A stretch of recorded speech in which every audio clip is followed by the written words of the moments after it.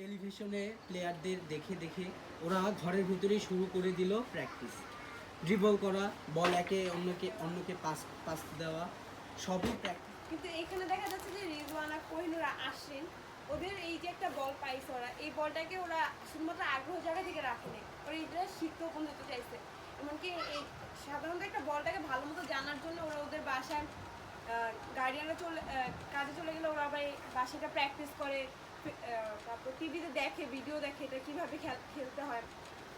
এরপর আবার ওই যে হাসান ভাইয়ের মাধ্যমে যে বলটা ঠিক করলো, মেহেরান বললো তোরা মেয়ে মানুষ, তোরা কেন খেলবে, এটা কিন্তু ওদের খেলার জিনিস নেই।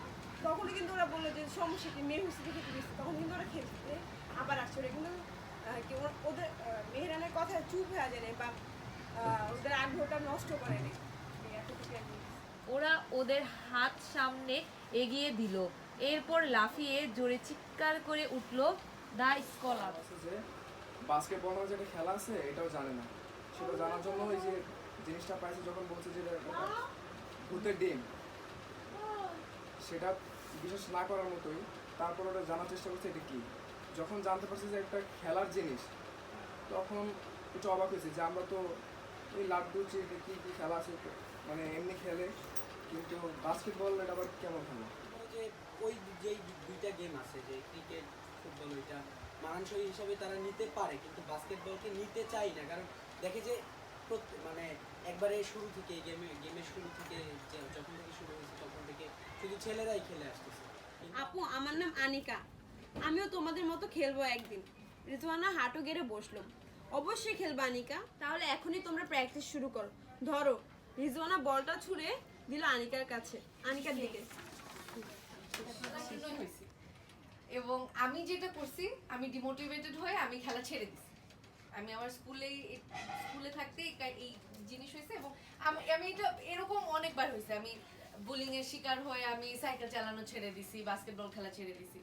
তো মানে আমি ওইটাই সবার সাথে একটু কথা বলতে চাচ্ছিলাম যে এইরকম আমরা যখন বুলিং এর শিকার হই, মানে তখন আমরা কি করি আসলে? আমরা কি আসলে ডিমোটিভেটেড হয়ে যাই, নাকি ওদের মতো আবার নতুন উদ্যম নিয়ে ওদেরকে দেখাই দিতে চাই, বা আমাদের আসলে কি করা উচিত? করলে যেমন আমি যদি সাধারণভাবে যে বস্তি থেকে যদি কোনো মেয়ে কোনো খেলা বা কোনো যে কোনো প্রতিযোগিতায় যায়, সেক্ষেত্রে সেই মেয়েটাকে দমানোর একটাই ওয়ে আছে, তাই আরে তুই তো বস্তি থেকে আসিস, তুই কি পারবি, জাস্ট এই একটা কথা বললেই যথেষ্ট। যে কোনো মেয়ে যদি তার বস্তি থেকে আসে বা একটু ছোটো জায়গা থেকে আসে, সে অটোমেটিক্যালি সেখানে ভেঙে যাবে। মানুষের ওনারা কিছুই করে নেই লাইফে, সারা জীবন এই বুলি করে আসছে আর সারা জীবন করবেও এই কাজটাই। আর কি অন্যের চরকে তেল দেওয়াটাই হচ্ছে তাদের মেইন কাজ। তারা নিজেরা দেখতে পারে যে কি জানি একটা মুভি আছে না,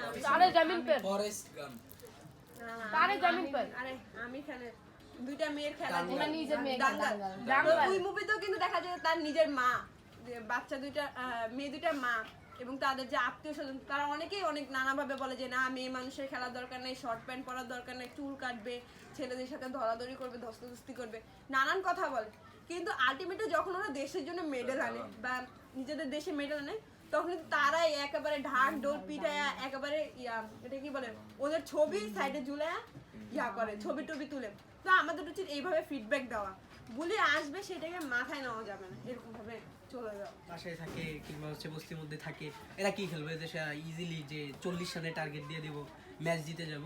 ইভেন এই কথাটা বলতেছিল এইখানেই, মানে পাশেই থাকে মসজিদের, মানে ওই দিকের একটা ছেলে, যে মানে উনি আমাদের এলাকার পাশেরই একজন লোক, উনি সবচেয়ে বেশি কটাক্ষ করতেছিল।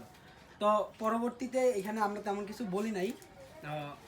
আমাদের একটা প্লেয়ার যে হচ্ছে গিয়ে পরবর্তীতে ওই যে কি বলে কোহিনুরের মতো অনেক সুন্দর একটা কামব্যাক করছে।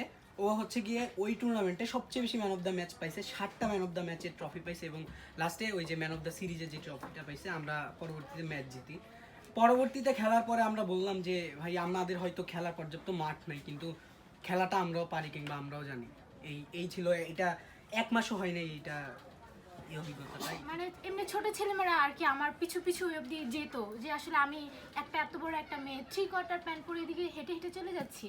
তো এটা হচ্ছে আমি যে রিক্সাতে উঠে মানে যেতাম, ওই রিক্সাওয়ালা আমাকে বলতো তুমি এইভাবে কেন যাচ্ছ বা এইভাবে, মানে আমি তাকে কিন্তু ভাড়া দিয়ে হচ্ছে আমি অব্দি যেতাম। উনিও আমাকে মাঝে মাঝে কিছু কথা বলতো। পরবর্তীতে আমি টানা হচ্ছে 1 সপ্তাহ খেলতে যাই নাই এই মানে সমস্যার কারণে। তো তারপর হচ্ছে আমার মাই বলে যে খেলতে যা, কিন্তু হচ্ছে ওই ফুল প্যান্ট পরে যা। এরপর হচ্ছে আমি তো আমরা বাসায় চলে আসবো, এমন সময় হচ্ছে ওই ছেলেগুলো আমাদেরকে মানে পেছন থেকে আরও বেশি মানে বাজে কথা বলছে। তখন রাত্রির একটা ফিডব্যাক ছিল, ও ঘুরে গিয়ে হাতে থাকা স্ট্যাম্পগুলো নিয়ে ওদেরকে তাড়া করলো। এটা গেল। যখন রাত্রি দৌড় দিল, তো আমাদের টিমের মধ্যে সবচেয়ে বাজে খেলে, সবচেয়ে ভীতু, সবচেয়ে ফ্যামিলি থেকে মানে কি বলবো, মানে ওকে সব আঁকড়ায় ধরে রাখার মতো একটা মানসিকতা। সে মেয়েটা এবার কি করলো, আরেকটা স্ট্যাম্প হাতে নিছে, এবার নিয়ে ও দৌড়ানো শুরু করছে। যখন ও দৌড়টা দিল, দ্বিতীয় দৌড়টা, তৃতীয় দৌড়টা ছিল আমার। এই দৌড়ের সাথে একসাথে 14টা মেয়ে যখন করালে রাস্তা দিয়ে সেদিন দৌড় দিছিলাম, এই দৌড়টার কারণে এখন অবধি করালে মেয়েরা খেলতে পারে। কিন্তু আমাদেরকে এলাকা থেকে কেউ বলবে, কারণ আমাদের সেই আগ্রহটাই নাই। আমাদের আগ্রহ না থাকার কারণে আমরা আগাইতে পারতেছি না। যদি আমাদের আগ্রহ থাকতো, নিশ্চিত আমরা যদি এক হাত বাড়াই দিতাম, নিশ্চিত এক হাত ওদিক থেকে আসতো। তো রিজওয়ানের মতন যেরকম একটা মানে উদ্যম দিয়ে যে স্বপ্নটা দেখা, ওরকম স্বপ্ন আমাদের এলাকার মধ্যে কেউই দেখে না, আমরা নিজেরা কেউই দেখি। তো সেই জায়গা থেকে আমার মনে হয় প্রত্যেকজন যদি এরকম স্বপ্ন জাগাইতে পারতো, নিশ্চিত কিছু করতে পারতো। সেই জায়গা থেকে আমাদের এই রেজওয়ানাদের গল্প, রেজওয়ানাদের লড়াইটাকে আমরা প্রচণ্ড রকমের শ্রদ্ধা করি, ভালোবাসি। এবং এই লড়াইটা আসলে শুধুমাত্র কোনো এক রেজওয়ানার না, আমরা মনে করি এখানকার ছেলে মেয়ে সমস্ত মানুষেরই লড়াই।